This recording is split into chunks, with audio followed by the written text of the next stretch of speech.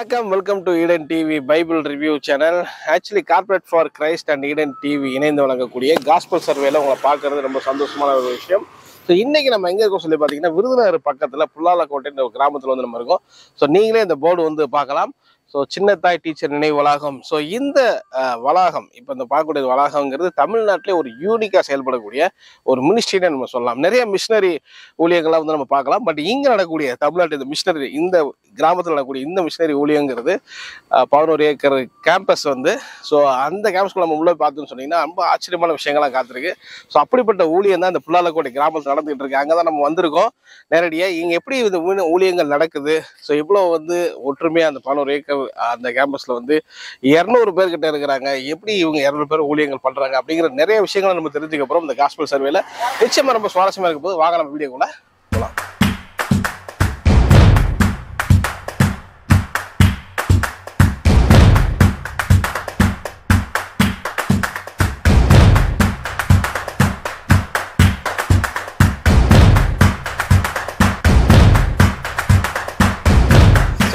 Price lord brother. நல்லா இருக்கிறோம். நல்லா இருக்கிறீங்களா? நல்லா இருக்குங்க சிஸ்டர். சிஸ்டர், வில்லேஜ் மிஷினரி இயக்கம், ஸோ அதோட இடத்துக்கு நம்ம வந்திருக்கோம். நீங்கள் இங்கே ஒரு 18 ஆண்டுகளாக நீங்கள் பணிபுரிஞ்சிட்டு இருக்கீங்கன்னு சொன்னீங்க.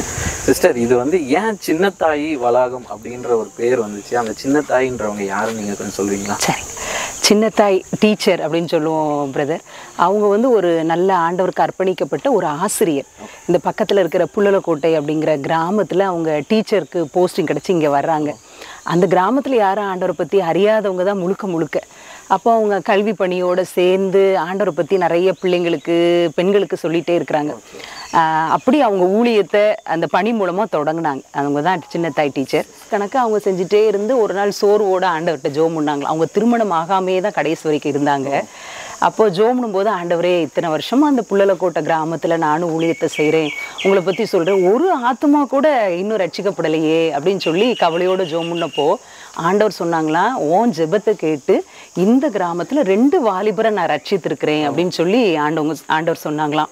உடனே யார், நமக்கு தெரியாமல் ஒரு 2 வாலிபர்களா அப்படின்னு சொல்லி விசாரிச்சப்போ தான் தெரிஞ்சிச்சு, நம்ம டேவிட் கணேசன் அண்ணனும் இப்போ எங்களுடைய ஊழியத்தில் ட்ரெஷராக இருக்கிற பாலமுருகன் அண்ணன், பேர் பிலிப் பாலமுருகன், அவங்க 2 பேரும் ஜோமணிட்டு இருந்திருக்கிறாங்க. ரட்சிக்கப்பட்டு அபிஷேகம் பண்ணப்பட்டு ஜோமணிட்டு இருந்தாங்க. அதை தெரிஞ்ச உடனே சின்னத்தாய் டீச்சருக்கு அவ்வளோ சந்தோஷம். அவங்களும் புல்லாலக்கோட்டையில தான் இருந்திருக்காங்க. டேவிட் கணேசன் ஐயாவும் அதே ஊர்ல தான் இருந்திருக்காங்க. இன்னும் அவங்களோட வீடெல்லாம் அங்க இருக்குது. ஆமா, திருமணமாகாம வந்து கடைசி வரைக்கும் அதே கிராமத்திலே இருந்து ரிட்டையர்ட் ஆனாலும் அவங்க சொந்த ஊருக்கு போகல, அதே கிராமத்துல தான் இருந்தாங்க. சின்னத்தாய் டீச்சரோட கல்லறை கூட நம்மளோட கேம்பஸ்குள்ள தான் இருக்குது. அப்படிங்களா? ஏன் இங்க அடக்கம் பண்ணாங்க? அவங்க மரிச்சப்போ 70 வயசுக்கு மேலதான் அவங்க மரிச்சாங்க.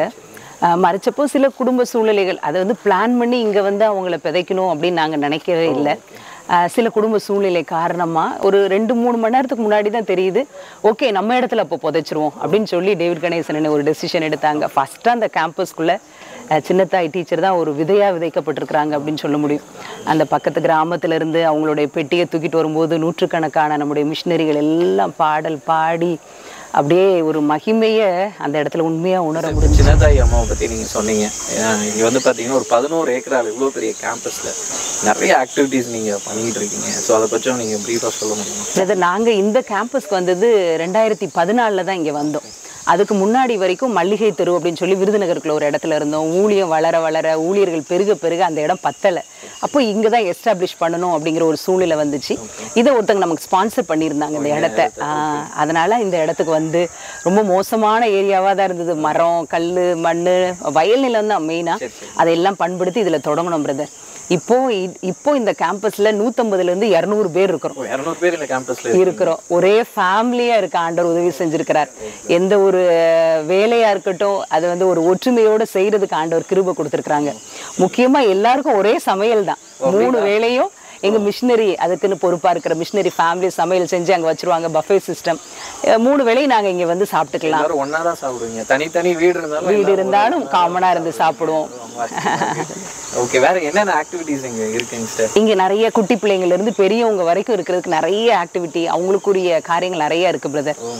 வாங்க ஒன்று ஒன்றா நான் சொல்கிறேனே உங்களுக்கு. இதுதான் நம்மளுடைய சிம்பிள் சமையலுடைய என்ட்ரன்ஸ். ஏதோ ஒரு ஸ்டீமர் இருக்கு. நிறைய பேர் தோழமை மிஷினரிகள்னு சொல்லி 500 பேர் பக்கத்துல ஒரு மந்த்லி 3 நாள் வந்து இருப்பாங்க. அப்போ இதுல நிறைய ரைஸ் செய்யறது, டால் எல்லாம் குக் பண்றது இதுல நாங்க சமைப்போம்.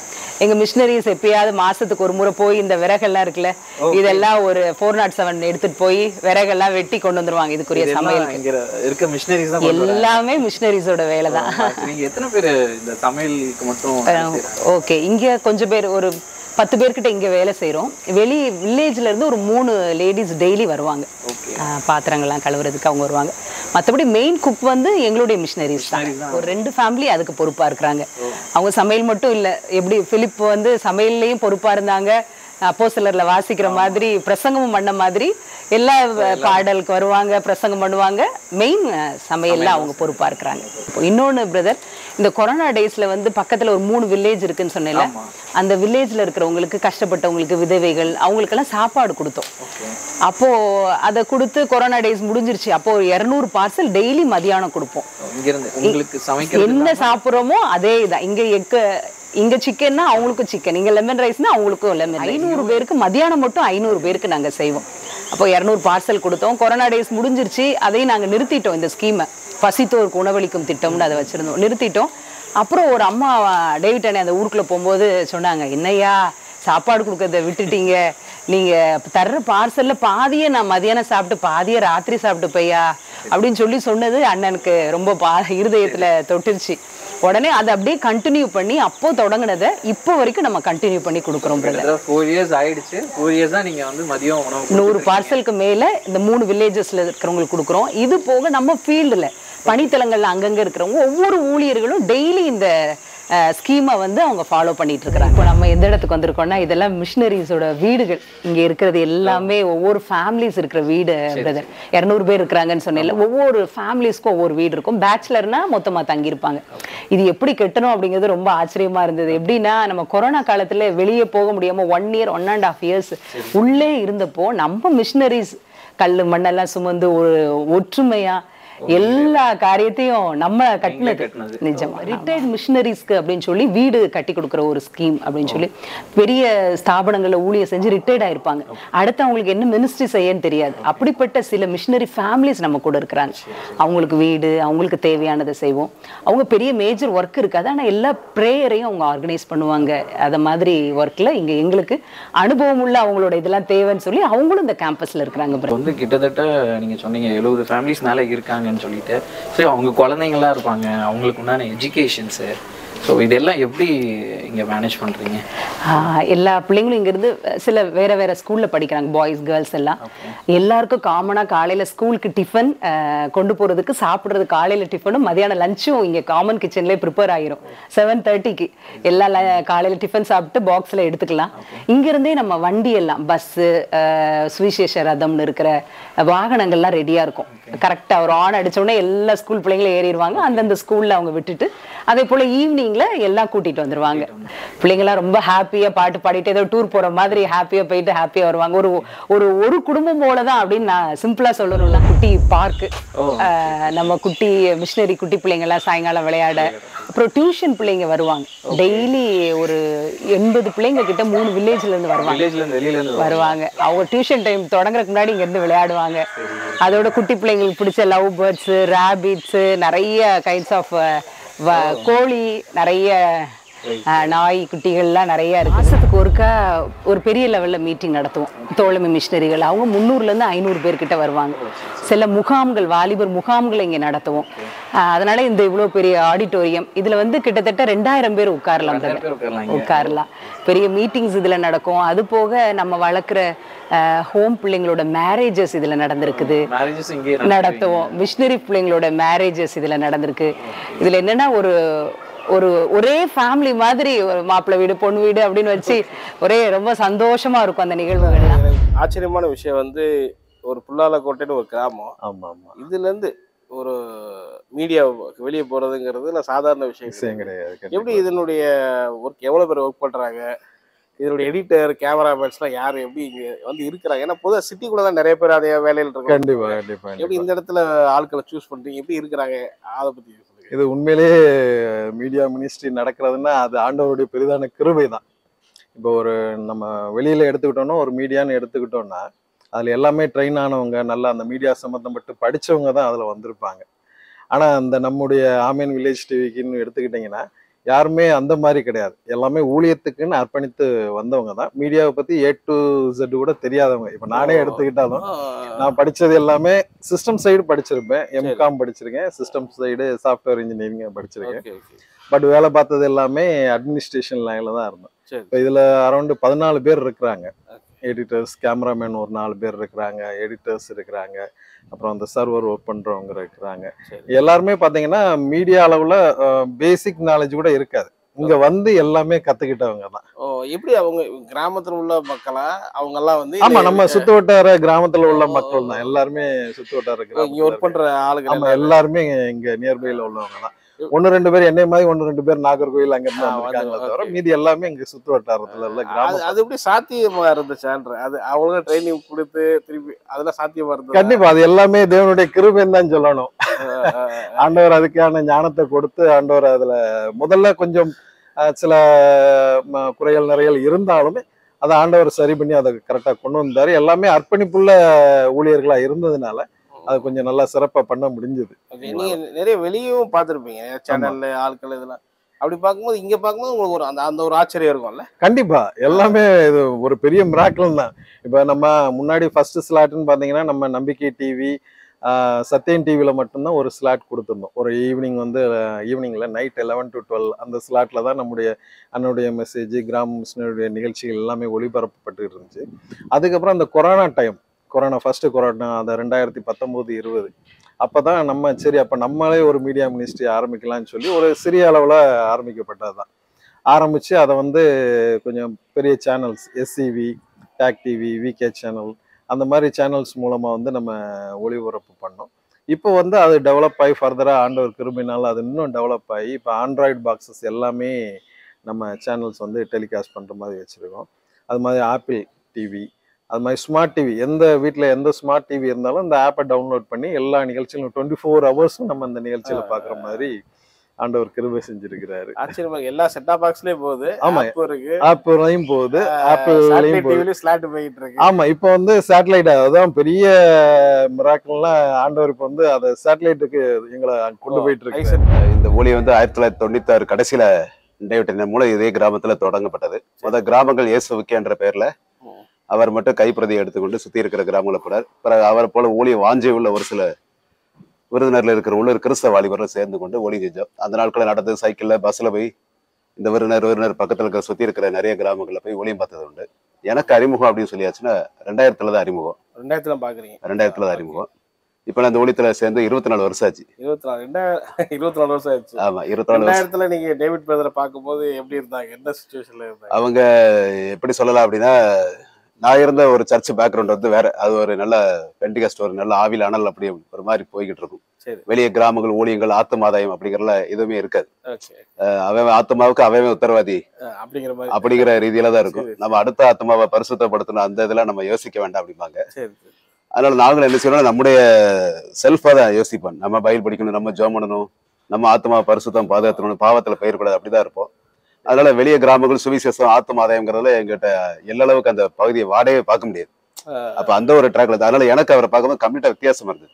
முதல் முறையை சந்திக்கும் போது என்கிட்ட அவர் கேட்டார், நீங்க VBS சொல்லி சரிங்களா, உங்களுக்கு வாய்ப்பு இருந்தா ஒரு வீக்கெண்ட்ல சாட்டர்டே சண்டே இது பண்ணலாம் அப்படின்னாரு. எனக்கு VBSங்கிற வார்த்தை அன்னித்த ஃபர்ஸ்ட் டைம் அவர்கிட்ட கேட்டேன். அது முன்னாடி அந்த மாதிரி வார்த்தையே தெரியாது. அப்ப VBS என்ன சொல்றாங்க அப்படின்னு பிறகு சொன்னாரு, சிறுவர் ஒளியோ சண்டே ஸ்கூல் அப்படின்னு. அதான் நம்ம சர்ச்சில் சண்டே ஸ்கூல் டீச்சரா இருக்கோம்ல அப்படின்னு நினைச்சிட்டு, இல்ல வெளியே இருக்கிற நிறைய கிராமங்கள்ல கிறிஸ்தவம் இல்லாத மத்தியில புறஜாதி மக்கள் மத்தியில நிறைய செய்யணும், நீங்க வாங்க அப்படின்னு சொல்லி என்னை கூப்பிட்டாரு. அப்ப எனக்கு அதெல்லாம் ரொம்ப விகற்பமா இருந்தது, புதுசா இருந்தது. இன்னும் சரியா நேரடியாக சொல்லணும்னா இவங்க செய்யறது ஒரு ஊழியமாவே நம்ம எடுத்துக்கல.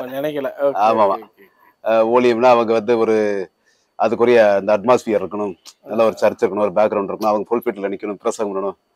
சும்மா கிராமங்கள், தெருக்கள், எந்த ஒரு பின்னணியும் இல்லாம, எந்த பிளாட்ஃபார்ம் இல்லாம சும்மா அப்படியே அலைஞ்சு தெரிஞ்சு சுத்துறதுன்னா இவங்களுக்கு ஒரு மந்தை மெய்ப்பர் அந்த ஒரு கட்டமைப்பு இல்லைங்கிற அந்த பெந்தகோஸ்து சபை அந்த ரீதியில அதுலதான் நான் இருந்தது உண்டு. 2001 மார்ச்ல தான் ஃபுல் டைம் ஊழியத்துக்கு வந்தேன். சம்பளம்லாம் எவ்வளவு வாங்கினீங்க ஆரம்பத்துல? அப்படி சம்பளம் அப்படின்னு சொல்லியாச்சுன்னா நாங்க ஊழியத்துக்கு வந்த பொழுது மாசம் 1500 ரூபா தருவோம் அப்படின்னு சொல்லி அண்ணன் சொன்னாங்க. அப்ப எனக்கு மாசம் 6000 சம்பளம் வந்துட்டு இருந்தது.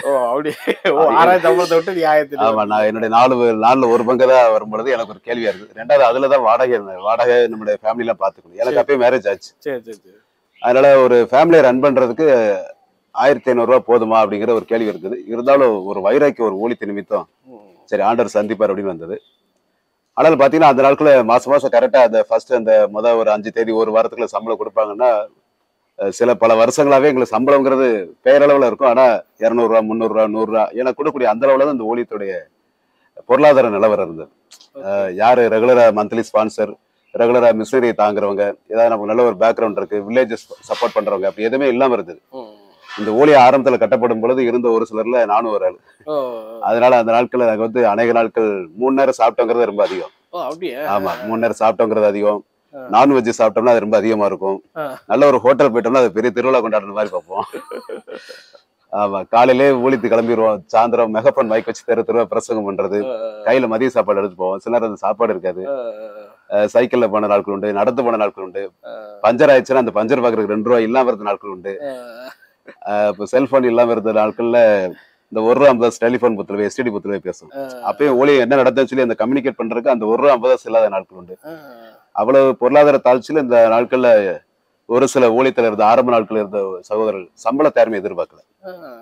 கிராமங்கள் ஆத்துமாக்கள் சொல்லி வைராக்கியம். அதனால நம்ம ஊழியம் செய்த கிராமங்கள் பணித்தலங்கள் எல்லாம் பாத்தீங்கன்னா நிறைய பிரதேசமான அற்புத அடையாளம் நடந்தது. அந்த நாட்கள்ல நிறைய அடி பிரச்சனைகள், நிறைய போலீஸ் ஸ்டேஷன் போயிருக்கிறோம். ஊழியத்து நிமித்தம் நிறைய அடி வாங்கியிருக்கிறோம் எங்க ஊழியத்துல. ஒரு சில ஊழியர்கள் வெளியே நிறைய உண்டு. அதுல நீங்க ஒரு புல்லாலக்கோட்டை இங்க இந்த கிராமம் தான். இந்த கிராமத்துல இருந்து நீங்க இந்த மினிஸ்ட்ரி ஆரம்பிங்க இந்த அளவுக்கு வளர்ச்சி அடையும் நீங்க நினைச்சீங்களா? அதாவது பொதுவாகவே டேவிட் எது பேசினாலும் அதை நம்ப முடியாதது போலதான் இருக்கும். இப்ப நீங்களே கேட்டீங்கன்னா தலை சுத்தி போயிருக்கீங்க. அப்படியா? ஆமா, நாங்களும் ஆரம்பத்துல அப்படிதான் இருந்தோம். என்னன்னா ஒரு இன்சிடென்ட் சொல்றேன். அப்பயும் பாத்தீங்கன்னா வாரம் திங்கட்கிழமை ஒரு ஊழியர் கூட்டம் நடக்கும். அந்த ஊழியர் கூட்டம் நடக்கும் பாத்தீங்கன்னா அந்த நேரத்துல பாத்தீங்கன்னா வட்டமா எல்லாம் உட்காந்துருப்போம். உட்காந்து பாட்டு பாடி நல்லா கைதட்டி நல்லா ஜெபம் பண்ணி ஜெப குறிப்பு நடத்தி அதுல ஒரு சின்ன பைபிள் ஒரு போர்ஷன் எடுத்து எல்லாரும் வாசித்து எல்லாம் தியானிச்சு அண்ணன் செய்தி கொடுப்பாரு. அப்ப செய்தி கொடுக்கும்போது என்ன சொல்லுவாருன்னா, நாம இன்னைக்கு எல்லாரும் இவ்வளவு ஊழியத்துல கஷ்டத்துல இருக்கிறோம். அடுத்த ஒரு நாள் பாத்தீங்கன்னா நம்ம ஊழியக்காரங்க எல்லாரும் ஆளுக்கு ஒரு கார்ல வருவோம் அப்படிம்பாரு. கார்ல வருவோம். இதே இந்த தெரு மல்லிகை தெருல வந்து கார்ல எல்லா ஊழியர்களும் வந்து காரை வந்து நிப்பாட்டுவோம். இந்த தெருவில் உள்ள எல்லாரும் என்ன செய்வாங்கன்னா, இவங்க எங்களுக்கு ரொம்ப பிரச்சனையா இந்த இடத்த எங்க வீட்டுக்கு முன்னாடி காரை நிறுத்துறாங்கன்னு சொல்லி நம்ம மேல போலீஸ்ல கம்ப்ளைண்ட் பண்ணுவாங்க. போலீஸ் வந்து நம்மளை என்கொயரி பண்ணுவாங்க. கடைசியில நம்ம வந்து ரொம்ப டிராபிக் இவங்களுக்கு கொண்டு போடுறோம்னு சொல்லி நம்மள இந்த இடத்துல இருந்து இவங்க நிமித்தம் நம்ம என்ன செய்வோம், வேற இடத்துக்கு போவோம். ஆக நம்ம எல்லா ஊழியர்களும் கார்ல வரப்போறோம். அந்த அளவுக்கு நம்ம ஆண்டவர் ஆசீர்வதிக்க போறாரு. ஒரு நாள் பாருங்க 100கணக்கான ஊழியர்கள் நம்மகிட்ட இருப்பாங்க அப்படிம்பாரு.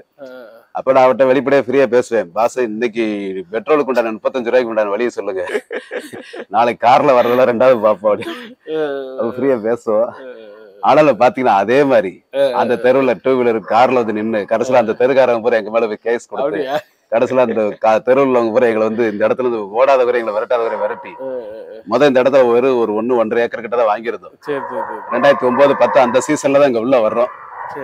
அப்ப அதே மாதிரி இன்னைக்கு பாத்தீங்கன்னா ஆண்டவர் வந்து ஆபிரகாம் சொன்ன வார்த்தையின்படி ஒரு மலட்டு தன்மையில இருந்து ஒரு திரளான ஜாதிகளை தகப்பனாவேன்னு சொன்ன வார்த்தையை நம்புகிறதுக்கு ஏதும் இல்லாதிருந்தும் அவன் நம்பிக்கையோட விசுவாசித்தானுங்கிற அடிப்படையில அதுக்கடுத்து அவர் சொன்ன எந்த ஒரு வார்த்தையும் பாத்தீங்கன்னா அவர் ஒரு சாதாரண பேசுற வார்த்தையில ஒரு ப்ராப்பர்ட்டிகள் வார்த்தை ஒரு ரேமா வேடு இருக்கும். நல்ல பிரசன்ஸ்ல நல்ல ஆவில அபிஷேகத்தை நிரம்பி சொல்லுவார் 10,000 வாலிபர்களை சந்திக்க போறோம் பாரு. அன்னைக்கு நம்ம 100-200 வாலிபர் சந்திக்க கஷ்டம் திணறிக்கிட்டு இருப்போம். நம்ம வந்து 5000 கிராமத்துக்கு விபிஎஸ் செய்ய போறோம் பாரு. அன்னைக்கு 100 கிராமில் விபிஎஸ் முடிச்சுட்டா பெரிய இதா இருக்கும். அப்ப எல்லாமே ஒரு பெரிய எண்ணிக்கை இருக்கும். திருச்சியில இருக்கிற பொழுது 2018 சொன்னார், ஏன்னா இதே திருச்சியில 1 லட்சம் வாலிபர் மீட்டிங் நடத்த போறோம்னு சொல்லி. அப்ப எனக்கு அந்த நாட்களை வந்த காணிக்கை திருச்சி எல்லா அறிமுகம்லாம் கொஞ்சம் தான். இங்க 1 லட்சம் பேர் அப்படி சொல்லி இருந்தது. இப்ப பாத்தீங்கன்னா லாஸ்ட் வீக் பாத்தீங்கன்னா கிட்டத்தட்ட 80,000 பேருக்கு மேல வாலிபர்களை கூட்டி சேர்த்து உதவி செய்தார். போன வருஷம் அதே மாதிரி வந்தாங்க. அப்ப அவர் எதுவுமே பேசுற எந்த ஒரு வார்த்தை வந்து ரொம்ப பெரிய அளவுல இருக்கும். ஆனா அது வந்து நம்புறது போல நார்மலா உள்ளவங்களுக்கு புரியாது, நம்ப மாட்டாங்க. ஆமா, ஆனா அது அப்படியே ஒவ்வொன்னா போகும்போது ரொம்ப ஆச்சரியம் எல்லாம் நடந்திருக்கு. இப்பயே அவர் வந்து ஒரு சில விஷயங்களா சொல்லிட்டு தான் இருக்கிறாங்க.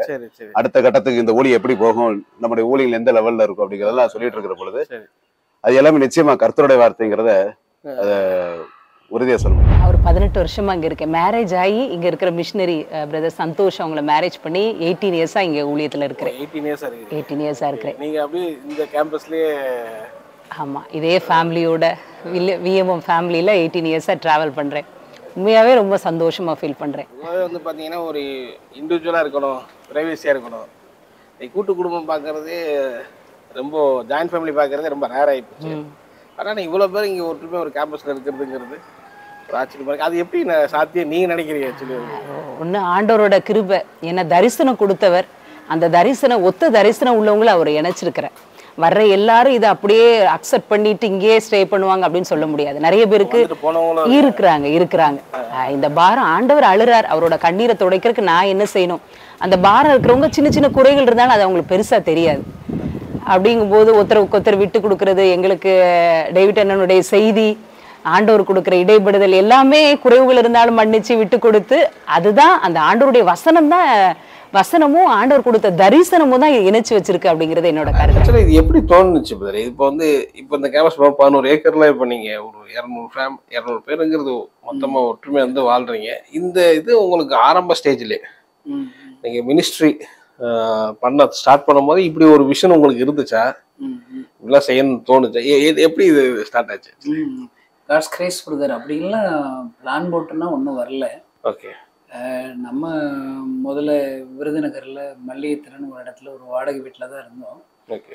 அங்கே கொஞ்சம் கொஞ்சமாக முழு நேர ஊழியர்கள் எண்ணிக்கை கொடுது, நான் வளர்க்குற பிள்ளைகள், கிராமத்தில் உள்ள பிள்ளைகள் எல்லாம் சேர்ந்து அப்படியே வளர்ந்துட்டே வருது. 100 பேருக்கு மேலே வந்த போதும் அங்கே தங்கவே முடியாதுங்கிற நிலைமை வந்துச்சு. ஓ, அந்த இடத்துல அதான் உங்களுக்கு அது பேசிக்கா நான் என்ன கேட்குறேன்னா, நீ எப்படி இவ்வளோ பேரை கொண்டு போக நினைச்சிங்க கேட்குறேன். ஏன்னா இப்போ ஒரு ஊழியம் பார்த்தா ஒரு இவாஞ்சலிஸ்ட்னா ஊழியத்துக்கு போகிறோம், சர்ச்சு பாஸ்டர்னா அந்த சபைக்கு ஆள்களை, பட் நீங்க எப்படி இது ஒரு பிளான் பண்ணீங்கன்னு கேட்குறேன். இப்படி ஒரு நெட்வொர்க்கை நம்ம ஃபார்ம் பண்ணணும்னு நினச்சிங்களா? இப்படி நமக்கு பின்னாடி நம்ம இத்தனை பேர் இருக்கணும், அது மாதிரி கேட்க வரேன் நான். இல்லை அப்படின்லாம் இல்லை பிரதர், இவ்வளோ டீம் ஒர்க் பண்ணணுன்னே இருக்காது. என்னுடைய பாவம் என்னன்னா எல்லாரையும் அன்பு செலுத்துவோம், எல்லாரையும் நேசிப்போம். நீ ஊழியத்துக்கு வான்னு கூப்பிடுவோம். உனக்கு தெரியாதுமா யாரு ஊழியத்துக்கு வான்னா யாரு உடனே வர்றா, தெரிஞ்சதை செய்யறா, ஒண்ணுமே தெரியாத சும்மா மைக் பிடிச்சு நெல்லவா செய்யணும்னு சொல்லுவாங்க. அவனை இன்வால்வ் பண்ண வைப்போம். ஒருத்தன் ஒரு ஊழியத்துல இன்வால்வ் பண்ணிட்டானாலே அவனை ஆண்டவர் தொற்றுவார். அந்த பேர்டன் வந்துடும், அந்த அபிஷேகம் அவன்கிட்ட வந்துடும்.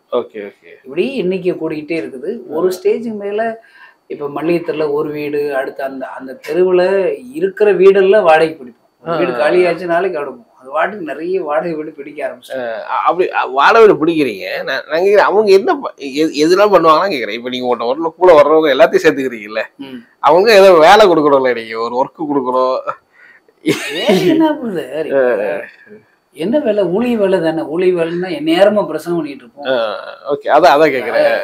மத்தேயு 20ல திராட்சை தோட்டத்துக்கு வேலைக்கு வாங்க, ஏன் சும்மா இருக்கேன்னு கூப்பிடுறாரு. என்ன வேலைக்கு கூப்பிடுறாரு சொல்ல? சும்மா இருக்கிறவங்க வாங்க எங்க திராட்சை தோட்டத்துக்கு வேலைக்கு வாங்கன்னு கூப்பிடுறாரு. அங்க வந்த பிறகு என்ன வேலைனாலும் இருக்கலாம். அது நிலத்தை பண்படுத்துற வேலையா இருக்கலாம், களை எடுக்கிற வேலையா இருக்கலாம், விதைக்கிற வேலையா இருக்கலாம், தண்ணி பாய்ச்சறதா இருக்கலாம், வாய்க்கால் வெட்டுறதா இருக்கலாம், அறுவடை பண்றதா இருக்கலாம். வேலைகள் ஊழித்து நிறைய இருக்கு. அப்போ அந்த மாதிரி வரும்போது சின்ன சின்ன வேலையா அவங்க இன்வால்வ் ஆங்க. டெய்லி காலையில ப்ரேயர் இருக்கும், நைட் ப்ரேயர், ஃபேமிலி ப்ரேயரா பண்ணுவோம். அதுல கொஞ்சம் கொஞ்சமா ஆண்டு தொடப்படுவோம், அபிஷேகம் வருவாங்க, ஆண்டோட அன்பினால் நிரப்பப்படுவாங்க. ஒரு பையனா என்கிட்ட வந்து ஒரு மிஸ்டரி சாட்சி சொல்லுவான். வேலைக்குன்னு தான் வந்தான் என்கிட்ட. வேலைக்கு வேலை கிடைக்கல, எனக்கு வேலைக்குன்னு வந்தான். நீ வேணா எனக்கு ஆண்டு சொன்னார், இவனை நீயே வச்சுக்கோன்னாரு. எங்கே இருறானே. அவங்க எங்களெல்லாம் பார்த்து ஜெபம் பண்ணும்போது கண்ணை திறந்து பார்த்து சிரிச்சிட்டு இருப்பாங்க. இவங்க அழுகுறாங்க என்று பிறகுதான் அவன் அதுக்கடுத்து ஆண்டவர் அவனை தொட்டு ரட்சித்து அவனும் இப்ப ஊழியக்காரா இருக்கான். வர்றவங்க எல்லாம் ரட்சிக்கப்படாதவங்களே என்கிட்ட வரதான் செய்வோம். எல்லாத்தையுமே நீங்க வாங்க வாங்க வாங்க சாப்பிட வேண்டிய சோறு தானே போகுது, சாப்பிட போறோம். ஒரு ஸ்டேஜுக்கு மேல அங்க இருக்கவே முடியாதுங்கிறப்ப இடம் வாங்கணும் எல்லாம் மனசுல இருந்துச்சு. கொஞ்சம் அங்கங்க வேற வேற கிராமங்கள்லாம் போய் இடம் வாங்குறதுக்கு ட்ரை பண்ணோம். அப்ப ஆண்டவர் எனக்கு சொன்னாரு, இன்னொரு இடத்துல நீ வாங்கினேன்னா அந்த கிராமத்துல எதிர்ப்பு வருதுன்னா அந்த கிராமத்துல கிராமமே எதிர்ச்சுன்னு வச்சுக்கோங்களேன், அந்த மினிஸ்ட்ரி கண்டினியூ பண்ண முடியாது. அப்படின்னா நடந்ததுன்னா கேள்விப்பட்டதுனால ஆண்டவர் நினைச்சா உன் சொந்த கிராமத்துல இடம் வாங்க. என் சொந்த கிராமத்துல எனக்கு பாதி பேர் என்னுடைய உறவுகளா இருப்பாங்க, நண்பர்கள் நிறைய இருக்காங்க. எல்லா இதுலயும் உறவுகள் மாதிரிதான் எங்க கிராமத்துல நல்ல அன்பு செலுத்துவாங்க. இந்த கிராமத்துல இடம் வாங்குவோம்னு ஆண்டு சொல்லி வாங்கணும். ஒண்ணுமே ஒரு ஸ்டேஜ்ல இங்க வந்துதான் ஆகணும்னு சொல்லி ஒரு சின்ன சின்ன ஒரு செட்டு வாங்கி தொடங்குவோம்னு சொல்லி ஆகணும். முதல்ல தொடங்கும் போது இப்ப இயேசுட இருக்கிறார் ஊழியத்துல ஒரு சின்ன ஒரு சீட்டு போட்டு ஒரு செட்டு போட்டு கொடுத்தாங்க மோகனாங்க. அந்த செட்டுல நானும் என் மனைவி பிள்ளைகளும் வந்து தங்கிட்டோம். நாங்க வந்து தங்கின உடனே எல்லா உடன் ஊழியர்களும் அவன் வேற வழி இல்லாம இங்க வந்துட்டான். முதல்ல பயப்படுவான், பாம்பு இருக்கும், காட்டுக்குள்ள இருக்கும், நீ போடான்னு எவனும் போல. நாங்களே ஃபேமிலியை வரோம், எல்லாரும் இங்க வந்து தங்கிட்டான். அப்படிதான் இந்த கேம்பஸ் உருவ ஆரம்பிச்சது. இப்போ காட்ஸ் கிரேஸ் நீங்க பாத்துருப்பீங்க, 300 பேர் ஒவ்வொரு நாளும் தங்குறாப்புல இருக்கும். எங்க எல்லாருக்கும் ஒரே சமையல் தான். நிறைய டிபார்ட்மெண்ட் இருக்கு. என்கிட்ட வர்ற ஊழியர்கள் கற்றுக்கொள்றதுக்கான நிறைய பாடங்கள், பைபிள் தவிர கற்றுக்கொள்றது நிறைய இருக்கு. பைபிளும் கற்றுக்கொள்வாங்க, ப்ரேயரையும் கற்றுக்கொள்வாங்க. மீதி என்ன வெல்டிங் டிபார்ட்மெண்ட் இருக்கு, பிளம்பிங் டிபார்ட்மெண்ட் இருக்கு, எலக்ட்ரிக்கல் வேலை எப்பயுமே இருக்கும், எல்லா நாளும் இருக்கும். கம்ப்யூட்டர்ல மீடியா இருக்கிறதுனால எடிட்டிங் ஒர்க் இருக்கும், ஆஃபீஸ் ஒர்க் இருக்கும். அதாவது சமையல் வேலை கற்றுக்கொள்ளாங்க. ஏன்னா ஆடு கூட மேய்க்கலாம், சில ஆடுகள் வச்சிருக்கிறேன், என்ன கோழி வளர்க்கலாம். எல்லா யாருக்குமே இங்க வேலை இருக்கு. இங்க வந்தா அவங்க வாங்கன்னு சொல்லி கூட்டுறோம். எல்லாருக்கும் சேர்ந்து ஒரே சமையல் தான் பண்றோம். யாராவது உங்களை போல கெஸ்ட் வந்தா எக்ஸ்ட்ரா ஒரு ஆம்லேட் வேணும்னா போட்டு கொடுப்போம், சின்னதா. அதெல்லாம் இருக்குது இங்க. அதனாலதான் இந்த கேம்பஸ் இவ்வளவு பில்டிங் வளர்ந்துச்சு. Okay, super. ஆக்சுவலி இந்த கேம்பஸ் நீங்க உள்ள வரும் 2014 உள்ள வர்றீங்க இல்லையா, வந்து நீங்க இந்த பில்டிங் கட்டும் போது அது எனக்கு கொஞ்சம் ஆச்சரியமா இருந்துச்சு. அது நீங்க இந்த பில்டிங் கட்டுறதுக்கு இப்போ நிறைய வெளியெல்லாம் வந்து பாத்தீங்கன்னா கன்ஸ்ட்ரக்ஷனுக்கு ஆட்கள் வெளியே கூப்பிடணும், அதுக்கே டிமாண்டா இருக்கும் பணம். பட் நீங்க ஊழியக்காரங்களை வச்சு, மிஷினரியா ஊழியம் வந்தவங்களை வச்சு நீங்க கட்டினீங்க அப்படின்னு சொல்லப்படுது. ஸோ அது எப்படி சவாலா இருந்துச்சா எப்படி? பாருங்க, இப்ப கொரோனா நாட்கள்ல அவ்வளவு நாள் இங்கதான் கிடந்தோம். உள்ள வந்து சாப்பிட்டு எப்படி தூங்குறது? அப்போ கட்டட வேலைகள் சும்மா எனத்தையாவது கட்டிக்கிட்டே இருக்கும். என்கிட்ட இருக்கிற ஊழியர்களே ஜேக்கப் சங்கர்னு ஒரு கொத்தனார் வேலை பார்க்குறவங்க, அப்போ சித்தார் வேலை பார்க்குறவங்க எல்லாரும் நாங்களா சேர்ந்து பண்ணா இருக்கு. எல்லாரும் சேர்ந்துதான் கட்டுவோம். கட்டுறதுன்னா என்ன, நான் இருக்கிறேன், நான் இப்போ செங்கல் எடுத்து சும்மா இருக்க நேரத்துல எடுத்து கொடுக்கணும், சிமெண்ட் மூட தூக்கம், மணல் ஒரு இதுல எதையாவது ஒரு சிவில் ஒர்க்ல இருந்தா நானே பண்றேன்னா என்கிட்ட இருக்கிற எல்லா ஊழியர்களும் வந்துருவாங்கல்ல. அதான் நீங்க உன்னுராஜாக்கள் புஸ்தகத்துல அந்த பெனதாத் அப்படிங்கிறவன் 32 ராஜாக்களோடு சமாரியாவை முற்றுகை போட்டுருவான். சின்ன சமாரியை 32+1 33 நாடுகள் இராணுவம் சேர்ந்து சுத்திடுது, தப்பிப்பதற்கு வழி இல்லை. அப்போ ஆண்டவர் ஒரு தீர்க்கதரிசி அனுப்பி, இவ்வளவு ஒரு ஏராளமான ஜனக்கூட்டத்தை எல்லாம் நீ கண்டாயா, நானே கர்த்தரென்று நீ அறியும்படி இன்றைக்கு அதை உன் கையில் ஒப்பு கொடுப்பேன்னு சொல்றாரு. ஆகா, இப்போ என்ன டவுட் கேட்கறேன்னா, யாரு கொண்டு இவ்வளவு பெரிய அற்புதம் செய்வேன்னு கேட்கறான். இங்க இருக்கிற ஒவ்வொரு யுத்த வீரர்கள் சேவர்களை கண்டு நான் செய்வேங்கிற. யார் தொடங்க வேணும்னு கேட்பான், நீ தான் தொடங்கணும். தொடங்குறது நீ இருந்தா மற்றவங்க எல்லாம் சாயணும். எனக்கு அதுல நம்பிக்கை ரொம்ப உண்டு. எதனால நான் செய்ய தொடங்கணும். என்கிட்ட இருக்க லீடர்ஸ் செய்ய தொடங்கினா என் பின்னாடி இருக்கிற நூற்றுக்கணக்கான ஊழியர்களும் அதை செய்ய தொடங்கிடுவாங்க. கப்போஸ் கழுவுனாலும் சரிதான், எந்த வேலைனாலும் சரி, முன்னணி இருக்கிற லீடர்ஸ் முன்னணியில தொடங்குறாங்க, மீதி எல்லாம் ஜாயின் பண்ணி. இன்னொரு உங்க இதுல ஆச்சரியமான விஷயம், நீங்க இப்ப அவங்களுக்கு சம்பளம் கொடுக்குறீங்க, மந்த்லி முடிஞ்சதை நீங்க பண்றீங்க, அப்ப பசங்களையும் நீங்க படிக்க வைக்கிறீங்க. ஸோ அதுவும் நார்மல் ஸ்கூல் இல்லாமல் மெட்ரிகுலேஷன் சிபிஎஸ்சிலாம் சொல்றாங்க. பட் எப்படி உங்களுடைய பசங்களை படிக்க வைக்கும் போது அவங்களே அதெல்லாம் ஒரு பேர்டனா இல்லையா? அதெல்லாம் எப்படி உங்களுக்கு பேர்டனா பிரதர்? என் பிள்ளை படிக்க வைக்கிறதுக்கு ஆண்டர் என்ன போசிக்கிறாரு. சரி, என்ன போல தானே அவங்களும் ஒரு மிஸ்டரி தானே. ஓகே, ஏன்னா நீங்க ஒரு சேலரி கொடுக்குறீங்க, அந்த சேலரியில பார்த்து அப்படின்னு இல்லாம அவங்களே அந்த செலவு நீங்களே எடுத்துக்கிறீங்களா? அதுக்கு அதான் கேட்க வரேன். அதான் பிரதர், அந்த ஒரு ஃபேமிலி அட்மாஸ்பியர் இருக்கு. பைபிள்லே 2 கட்டளைகள் புதிய ஏற்பாடுல இருக்குது. சரி, முழு இருதயத்தோடு, முழு ஆத்மாவோடு, முழு பலத்தோடு ஆண் மேல அன்பு கூறணும். முதல் கட்டளை. ஆக்சுவலி எல்லா கிறிஸ்தவங்களும் முதல் கட்டளை கீழ்ப்படிஞ்சுதான் சர்ச்சைக்கு போறாங்க. ஆனா அந்த 2வது கட்டளைன்னு வரும்போதே இடிக்குது. உன்னை போல் பிறரை நேசி. இது வந்து விசுவாசிகளுக்கு மட்டும் இல்ல, ஊழியத்துல லீடர்ஸுகளுக்கு அப்படி இருக்கும். இப்ப நான் பெரிய லீடர், அவர் வந்து கார் வச்சிருப்பாரு, இவங்க எல்லாம் சும்மாதான் இருக்கணும் அப்படின்னா இல்லை. அவனும் ஊழியத்துல வளர வரும்போது எடுத்தோடனே கார் கொடுக்க வேண்டியதில்லை. அவனுக்கு நீடெடு தேவையானப்ப கார் தேவையா கார் வாங்கி கொடுக்கணும். அப்பதான் அவன் நல்ல ஊழியம் செய்வான். இப்போ இந்த மாதிரி நம்ம அந்த நேசிக்கிறோம்ல, என் பிள்ளைகள் வந்து இங்கிலீஷ் மீடியத்தில் சேர்த்து விட்டாச்சு. அப்போ இன்னொரு பிள்ளை போய் நீ வந்து இதெல்லாம் போட முடியாது, உனக்கு சம்பளம் குறைதான், நீ போய் சேர்த்துன்னு சொல்ல முடியுமா? என்னை போல் பிறரை நேசிக்கிறதுனால நான் எல்லாருக்கும் என்ன வேணாலும் பிள்ளைகள் படிக்கட்டும். ஆனால் இவங்க நம்மகிட்ட ஊழியர்கள் நல்ல ஹார்ட் ஒர்க், அவனுக்கு முடிஞ்சதை ஹார்ட் ஒர்க் பண்ணால் போதும். அவங்க பிள்ளைகளை என் பிள்ளைகள் போலயே நான் படிக்க வைக்கிறோம். லஞ்சம் கொடுக்க போறது இல்ல, அவங்களை அப்படியே படிக்க வைக்கிறீங்க. அது மாதிரி 2 வீலர் காரு அதுவும் நீங்களே ப்ரொவைட் பண்றீங்க. ஆமா, ஒரு மிஸ்டரி வர்றான், குழந்தை ஆயிருச்சு, 2 குழந்தை ஆயிருச்சு, பைக்ல எப்படி போவான்?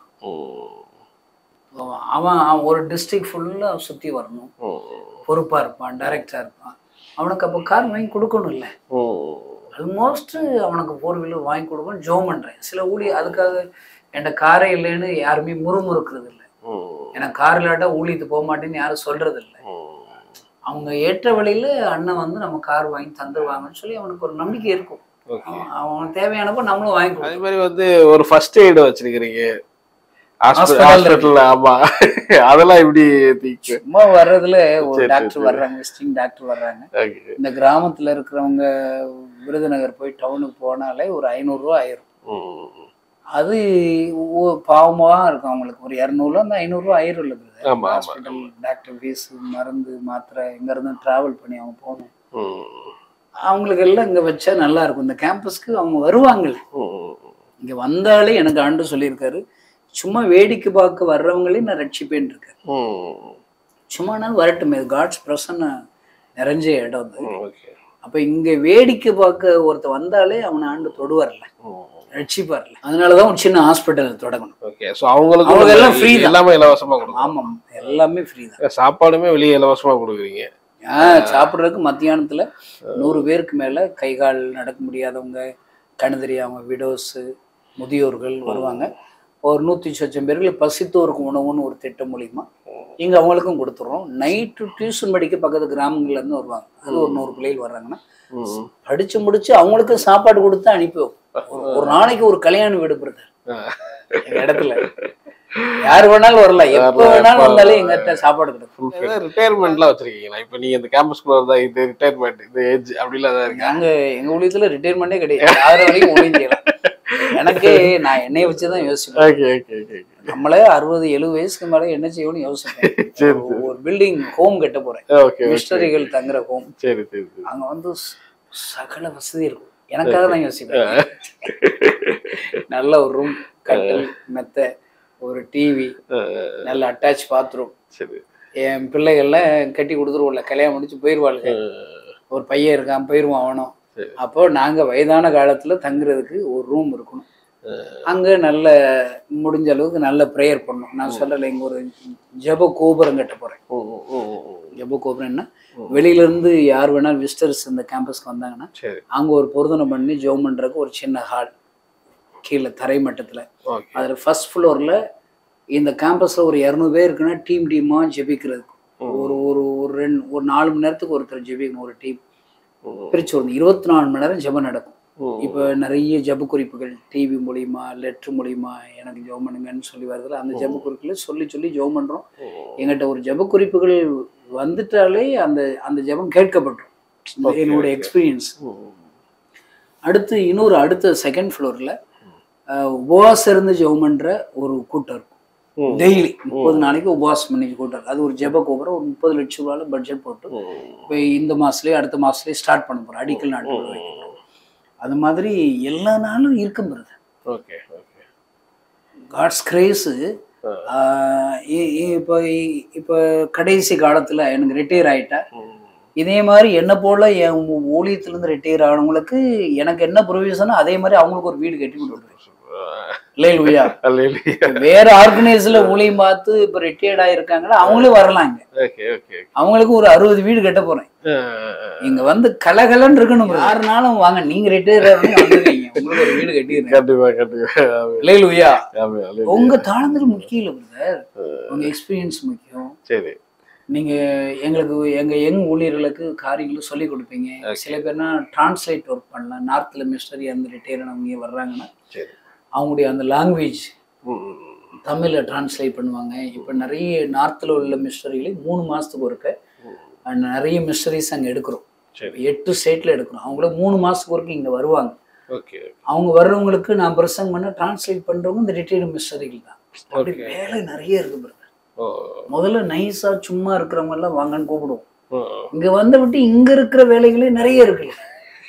நான் சொல்றேன்ல எவ்வளவு டிபார்ட்மெண்ட் இருக்கு பாருங்க. Electric, welding department, plumbing department இருக்குது, வேற சிவில் ஒர்க் நடந்திருக்கு, சமையல் டிபார்ட்மெண்ட் இருக்குது, டிவியில மீடியா மினிஸ்ட்ரியில எவ்வளவு இருக்குது, ஆபீஸ் ஒர்க் இருக்குது, போன் அட்டன் பண்ணலாம்.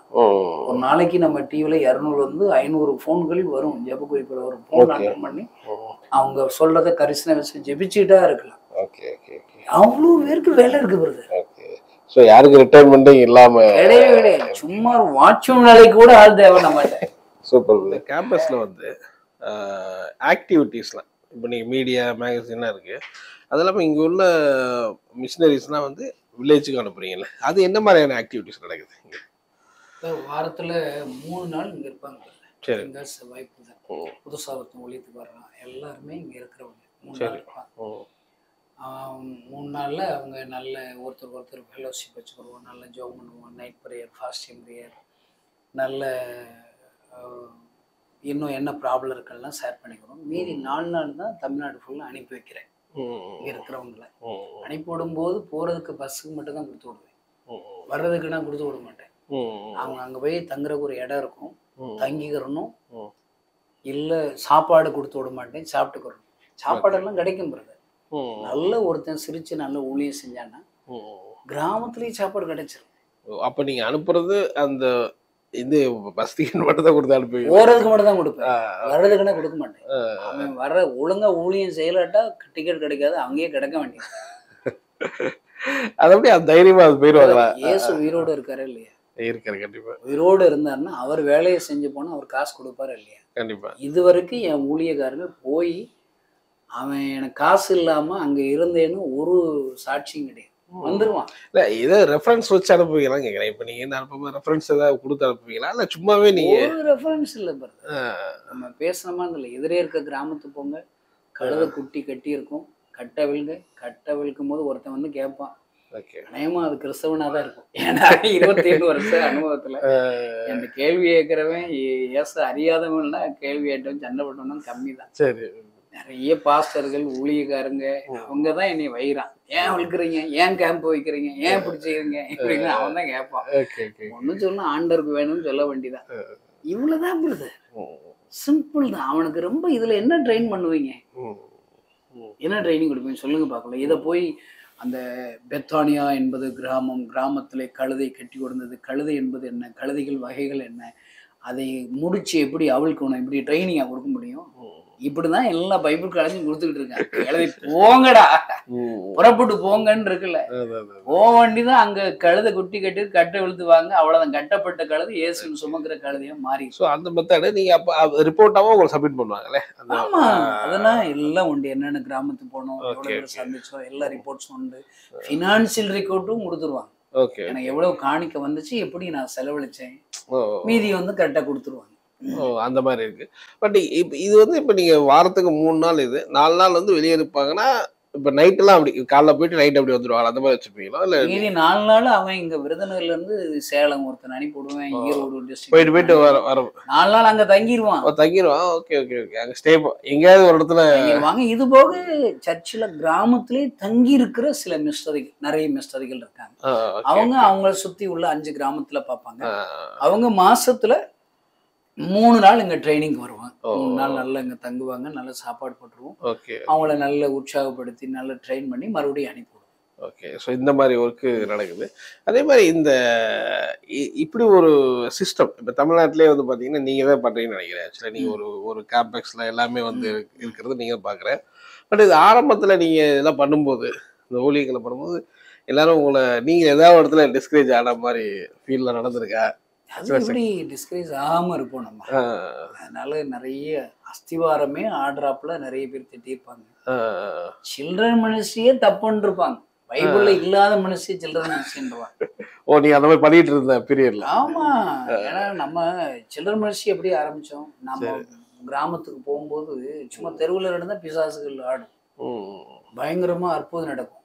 அப்படிப்பட்ட அற்புதம் நடந்தாலும் அந்த கிராமத்து ஜனங்களை மறுபடியும் ஃபாலோ பண்ணும்போது எனக்கு ஏசு வேண்டாம்பாங்க, படிப்பறிவு இருக்காது, ஜாதி எங்களை தப்பா எடுத்துருவாங்க, ஜாதி வெறி பிடிச்சவங்க. அப்ப நான் ஊழியம் செஞ்சது வேஸ்டா அப்படின்னு சொல்லி ஃபீல் பண்ணும்போதுதான் ஆண்டவர் சொல்லி கொடுத்தாரு, குட்டியை தூக்குட, ஆட்டு குட்டிகளை சிறு பிள்ளைகளை வாலிபுள்ள முதல்ல வழி நடத்து, ஆடுகள் தன்னால வந்துடும் அப்படின்னு சொல்லி கொடுத்தாரு.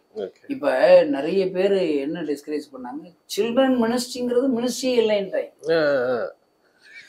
அப்போ உங்களுக்கு அந்த மாதிரி ஏதாவது எக்ஸ்பீரியன்ஸ் வந்து ஊழியமே நம்ம ஊழியம் பண்றதே தப்பு போல, எல்லா ஊழியர்களும் செய்யறாங்க, ஊழியமே செய்யாம சில நாட்கள் விட்டுருக்காங்க.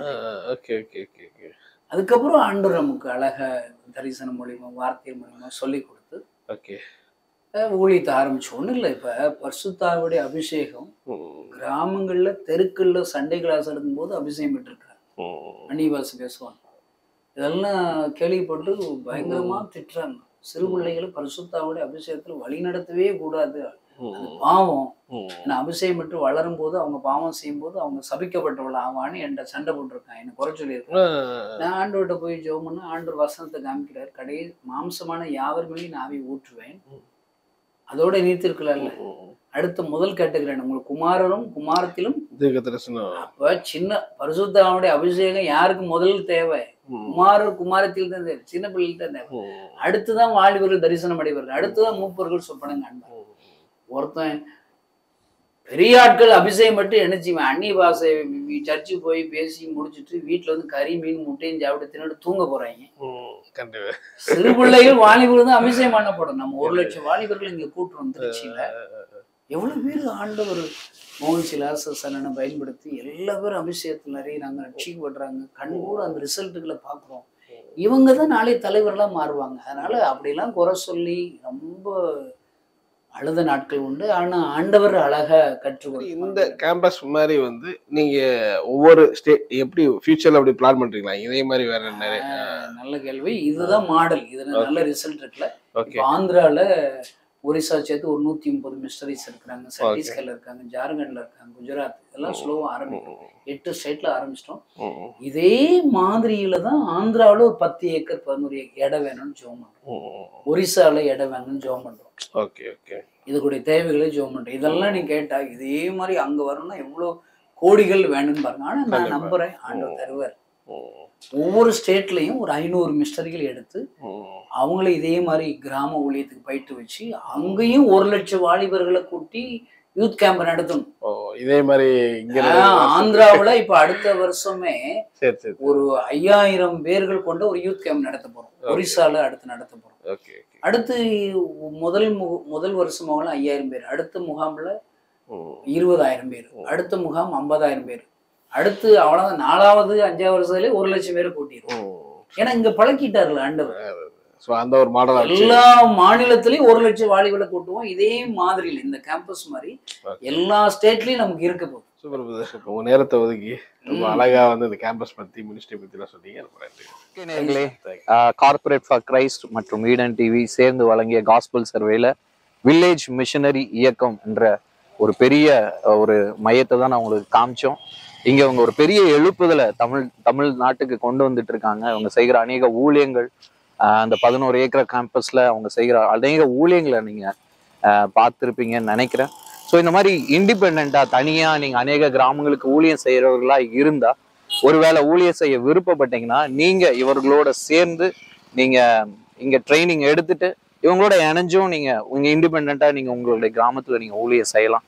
ஸோ கண்டிப்பா எல்லாரும் சேர்ந்து ஒரு பெரிய தேவனுடைய ராஜ்யத்தை பெரிய லெவல்ல நம்ம செய்ய முடியுன்றதை நான் நம்புறேன். ஸோ கார்ப்பரேட் ஃபார் கிரைஸ்டும் இந்த மாதிரி அநேக ஊழியங்கள் நாங்கள் செஞ்சுட்டு இருக்கோம். பார்த்தீங்கன்னா மலைவாழ் பகுதிகளில் மற்றும் கிராமத்துல நற்கரிகள் மூலமாக நற்செய்தியை அறிவிக்கிற ஒரு பெரிய பணியில நாங்க செயல்பட்டு கொண்டிருக்கிறோம். ஆக்சுவலா இந்த ஊழியத்திற்கு நீங்க எப்படி வேணா சப்போர்ட் பண்ணலாம். ஃபினான்ஷியலா நீங்க சப்போர்ட் பண்ணாலும் பண்ணலாம், ஜெபத்துல நீங்க எங்களை தாங்குறதுனால தாங்கலாம். கண்டிப்பா நம்ம எல்லாரும் சேர்ந்து தேவனுடைய ராஜ்யத்தை கட்டுற ஒரு பெரிய ஆப்பர்ச்சுனிட்டி நமக்கு முன்பாக இருக்கு. கண்டிப்பா இந்த ப்ரோக்ராம் உங்களுக்கு ஒரு பெரிய ஆசீர்வாதமா இருக்குன்றதை நாங்க நம்புறோம். இதை உங்களுடைய ஃப்ரெண்ட்ஸ்க்கு ஃபேமிலிஸ்க்கு ஷேர் பண்ணுங்க. நம்ம எல்லாரும் சேர்ந்து தேவனுடைய ராஜ்யத்தை கட்டுவோம். தேங்க்யூ. God plus.